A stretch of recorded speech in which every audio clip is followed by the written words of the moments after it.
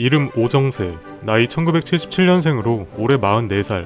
한국 영화계의 진정한 신스틸러로 불리며 생활 연기와 찌질한 연기로는 대한민국 그 누구도 따라잡을 수 없다는 것이 학계의 정설. 놀라운 점은 매일 촬영장에서 사람들을 마주하고 말 그대로 사람을 상대하는 일을 하는 그가 안면인식장애를 가지고 있다는 사실입니다. 여기서 말하는 안면인식장애란 기본적인 감각 이상, 지능장애, 실어증 등이 없음에도 친숙한 사람의 얼굴을 인식하는데 어려움을 겪는 장애로서 배우자나 자녀를 인식하지 못하기도 하며 심지어 자기 자신의 얼굴을 인식하지 못하는 경우도 있다고 하네요. 이와 관련된 일화들에 앞서 우선 오정세라는 배우가 누군지 간단하게 알아보겠습니다.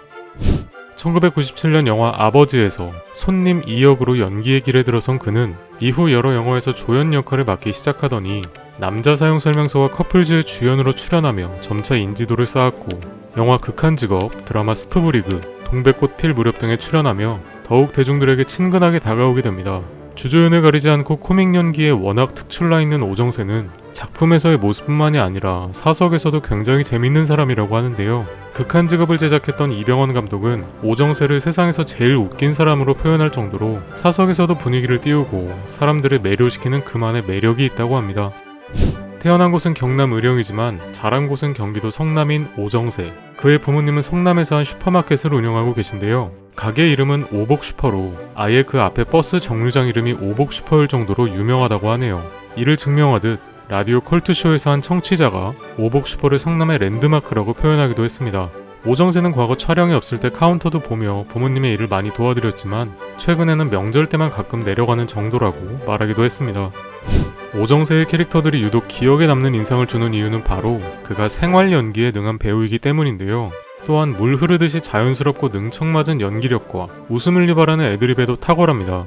영화 탐정 더 비기닝에서 다친 손으로 오렌지를 까먹지 못해 입으로 껍질을 까는 장면이라든가 남자 사용 설명서에서 이시영 씨에게 죽도록 맞는 장면조차 그의 애드립이었다고 하네요.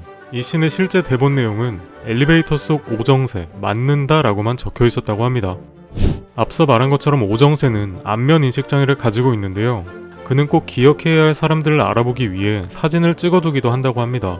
하지만 그럼에도 불구하고 6년간 함께한 스타일리스트의 얼굴을 잊어버리는 등 그가 가진 장애에 대해 주변 사람들에게 의도치 않게 미안한 일이 많이 생긴다며 속상한 마음을 토로하기도 했죠. 과거 한 예능 프로그램에 나와 오정세는 이 같은 장애를 고백했으며 실제로 오정세가 어느 날 촬영을 하는데 대기실에서 동료 배우가 굉장히 귀여운 아기 사진을 보고 있었다고 합니다. 그 사진을 보고 우리 아들이랑 너무 닮았다고 오정세가 얘기했는데 알고 보니 본인의 아들이었던 적이 있다고 하네요. 반대로 재밌는 점은 사람들이 자신을 못 알아보는 경우도 굉장히 많았다는 점인데 한 번은 촬영 도중 잠시 휴식을 가지고 다시 현장에 복귀하려 하는데 한 스텝이 촬영 중이니 돌아가라며 구경꾼 취급을 받은 적도 있다고 합니다. 이에 오정세는 죄송한데 들어가서 금방 대사만 치고 나올게요라며 유쾌하게 받아쳤다고 하네요.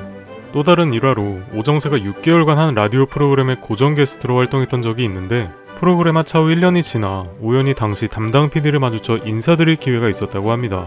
통화 중인 PD를 보고 장난기가 발동한 오정세는 옆에 앉아서 자신을 알아봐줄 때까지 기다렸지만 PD는 통화를 마치고도 그를 못 알아봤고 결국 오정세가 먼저 말을 걸며 진짜 저 누군지 모르시냐며 어이없어 했더니 그제서야 PD는 아 맞다 하며 오정세를 알아보는 줄 알았으나 뒤이어 영어 이름 썼었죠 라며 끝까지 그를 알아보지 못했다고 합니다. 결국 오정세는 담당 PD에게 자신을 제임스라고 소개했다고 하네요.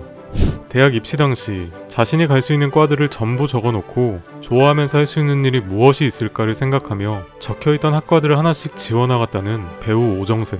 그렇게 지우다 보니 연극영화과만 남아있었다고 합니다. 불확실한 미래에도 자신이 하고 싶은 일이 의무가 아니라 즐기고 좋아하는 것을 가장 최우선으로 기준을 잡았던 그의 멋진 신념처럼 앞으로도 다양한 작품에서 자신이 좋아하는 연기를 마음껏 즐겨주셨으면 좋겠습니다. 오늘도 시청해주신 모든 분들 감사드리고요. 재밌게 시청하셨다면 인물갤러리 구독과 영상 좋아요 부탁드립니다. 이상 인물갤러리였습니다. 내가 즐기고 좋아하면서 할 수 있는 그는 꼭 기억해야 할 사람들을 알아보기 위해서 사진을 찍어두기도 한다고